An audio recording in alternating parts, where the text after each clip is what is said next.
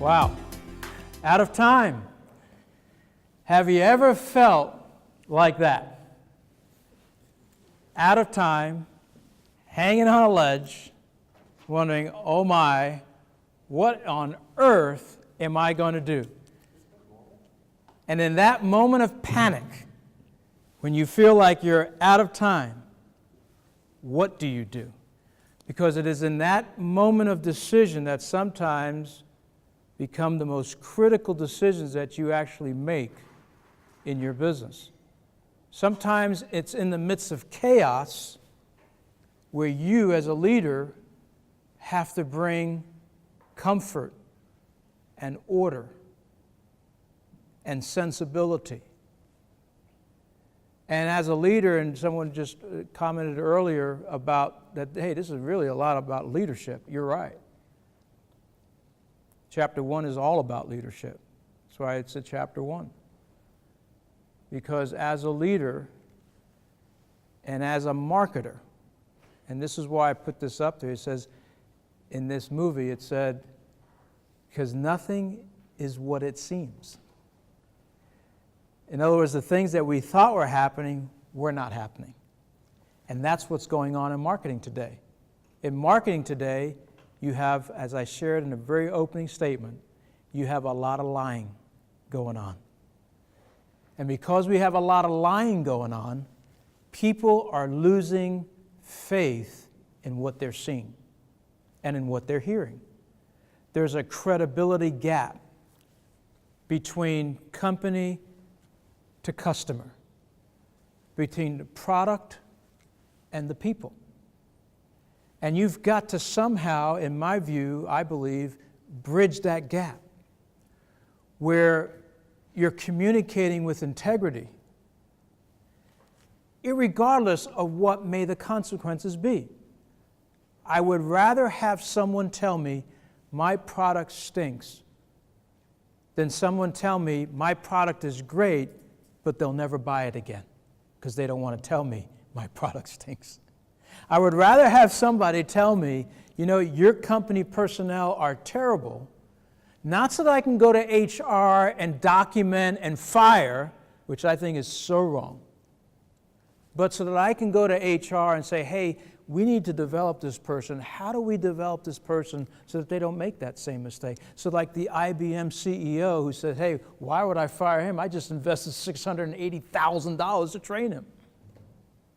This is a change of thought process. It's a different paradigm shift.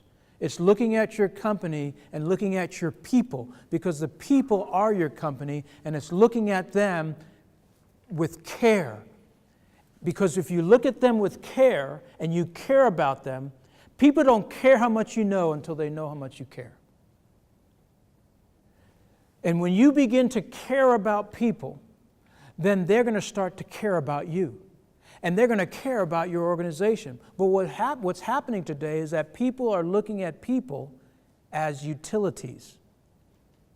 They're using people to accomplish a desired end. They're not looking at people as investments that they personally need to make. And in my view, when you're able to look at people as investments, you're beginning to care and develop what I think has been lost. Companies used to look at each other as family. That's how it was even in a big corporation like IBM. If you're in IBM, no one got fired in IBM. You were part of the family. That was the culture. That's what my dad taught me as a young 15-year-old. He talked about when you have a company, it's a family. And we've lost that today. And that's why people today are going from company to company. That's why they have a job and they're looking for a job at the same time. And you know how much productivity is lost because of that? Countless of hours. They're not focusing on your job at all. They're looking for their next job, and they're just hoping that you don't find out. That's a bad way to do business, but it's your fault as a leader.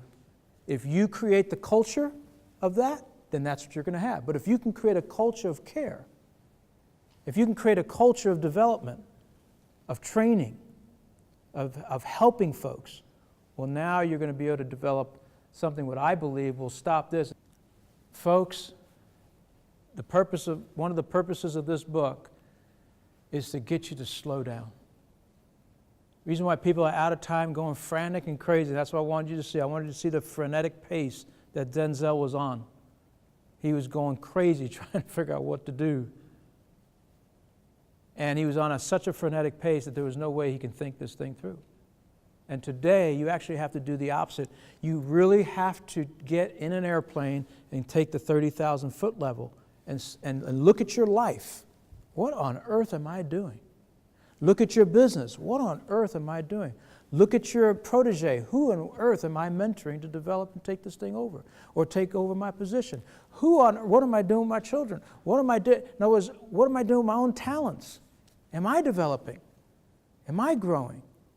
These are all questions that this book's going to challenge you to plan. You've got to plan, you've got to evaluate, and you've got to prove not only your marketing plan, brand, and sales approach, but I believe your vision, mission, priorities, and values.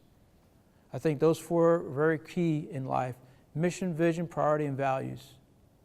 And if you could look at what is your mission, you're going to get a vision. And if you get a vision, then you're going to understand what those priorities are for that vision, what you want to accomplish, and then you're going to understand the values of that. I was very fortunate about that Success Motivation Institute program. You know what it did? The very first part of the program was write down 100 things you want to accomplish in life. And then it broke it down into 6 different categories: your social life, your mental life, your educational life, your financial life. You know, it had it all broken down. You know, you know what's interesting about that? Out of those 100, by the time I was 30 years old, because that was my benchmark for me, I had accomplished 78 of those 100. Because I had a focus, I had a plan, I had a target, I went after it, and I accomplished it.